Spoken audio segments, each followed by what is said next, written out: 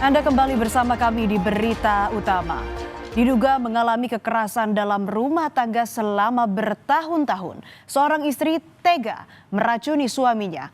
Ia bahkan menyimpan jenazah suaminya selama 40 hari di dalam rumah. Kasus ini terungkap setelah pelaku menyerahkan diri ke polisi. Desa Johowinong, Kecamatan Mojo Agung, Kabupaten Jombang, Jawa Timur yang tenang geger dengan terkuaknya pembunuhan yang dilakukan seorang istri pada suaminya sendiri. Rumah yang 10 tahun telah dikontrak Pasutri ini mendadak ramai dikerubungi warga yang kaget dengan aksi pembunuhan oleh seorang ibu rumah tangga.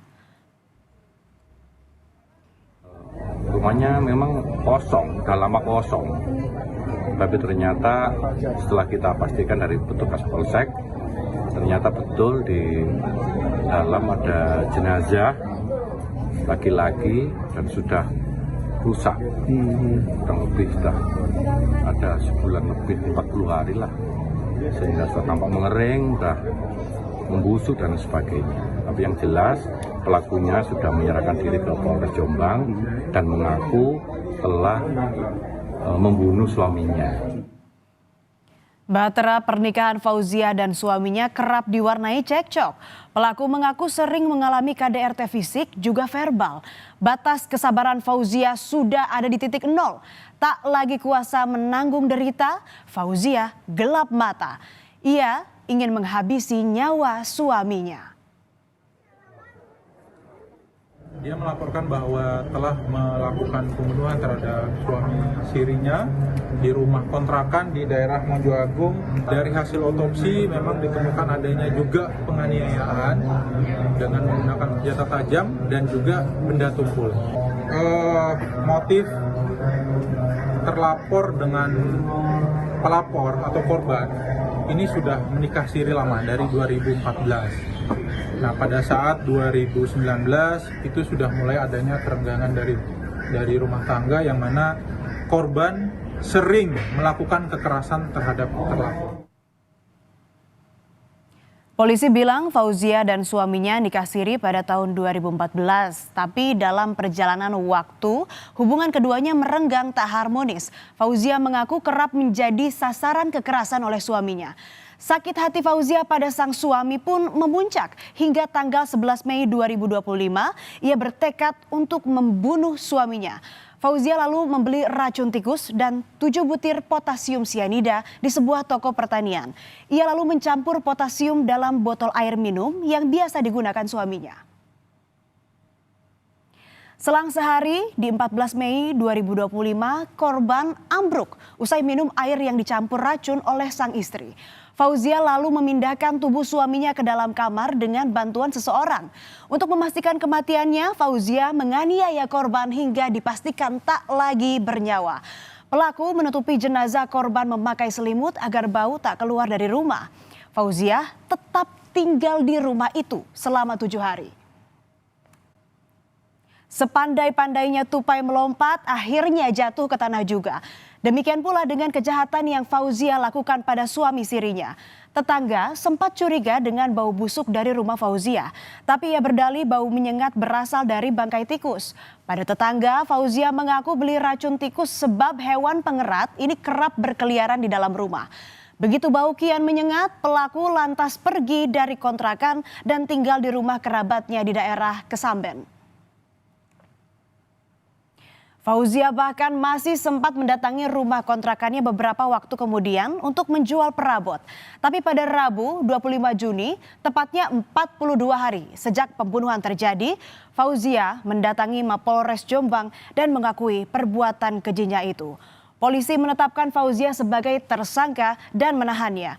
Ia dijerat pasal 340 subsidiar 338 KUHP dengan ancaman penjara 20 tahun, penjara seumur hidup, hingga hukuman mati menantinya.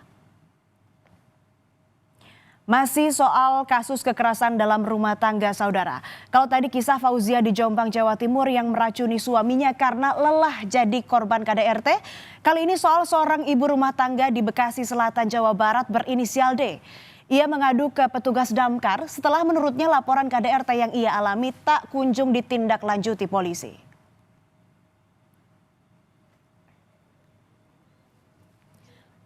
Unit rescue dari Dinas Pemadam Kebakaran dan Penyelamatan Kota Bekasi mendatangi rumah seorang ibu rumah tangga setelah dapat pengaduan soal kasus KDRT.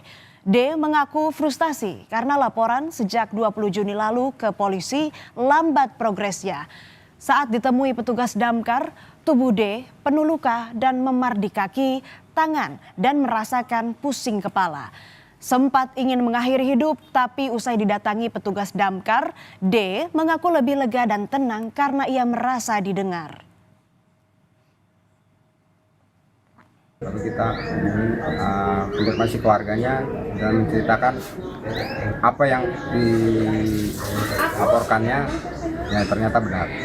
Kita tanya apakah sudah lapor ke pihak berwajib, sudah dari hari Jumat, seperti itu. Karena dia belum ada, mungkin karena banyak laporan, ya, mungkin dia merasa frustasi, untuk curhat nggak ada, ya terpaksa si korban lapor damkar. Ketua RW setempat bilang sudah 2 tahun D jadi korban KDRT, tapi dia urung melaporkan perangai suaminya karena berat di anak. Cekcok perkara ekonomi diduga jadi pemantik kekerasan dalam rumah tangga yang kerap dialami D.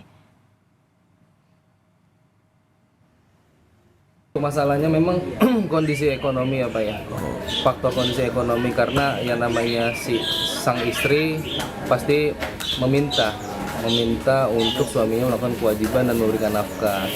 Namun di saat si istrinya terkadang meminta kebutuhan, namun suaminya merasa emosi dan tersinggung langsung melakukan tindak kekerasan. Kepada tim damkar, korban cerita soal kehidupan rumah tangganya. Ia sekaligus curhat soal penganiayaan yang dilakukan suaminya. Ia sering dipukuli saat cekcok dengan suami. Bisanya mereka bertengkar karena persoalan ekonomi. Perlahan, kondisi psikologis D membaik setelah mendapat layanan konseling dari petugas damkar. Namun di sisi lain, polisi membantah dugaan tak menindaklanjuti pelaporan kasus KDRT yang dialami D. Polisi mengklaim sudah melakukan pemeriksaan termasuk visum. Bahkan sudah menangkap suami sang pelaku KDRT yang kabur ke daerah Boyolali. Polisi menyebut latar belakang kasus KDRT ini lantaran pelaku sudah 3 hari tak bekerja hingga membuat cekcok. Polisi klaim setelah terima laporan KDRT butuh waktu bagi polisi untuk memprosesnya. Pada saat melapor kepada kami tanggal 20 itu sudah ditanggapi dan sudah terbit laporan polisi. Dan sudah visum juga ya? Ya, visum pun juga sudah dilakukan. Kita pasti ada proses, perlu berproses, perlu waktu, dan sekarang pun juga pelaku juga sudah kita amankan. Kemelut dalam rumah tangga mestinya bisa diselesaikan dengan cara yang sehat. KDRT jelas bukan jadi solusi atas segala problematika yang terjadi. Yang ada, KDRT malah menjadi sumber penderitaan bagi anggota keluarga. Padahal rumah patutnya jadi sumber perlindungan dan kasih sayang bagi semua yang tinggal di dalamnya.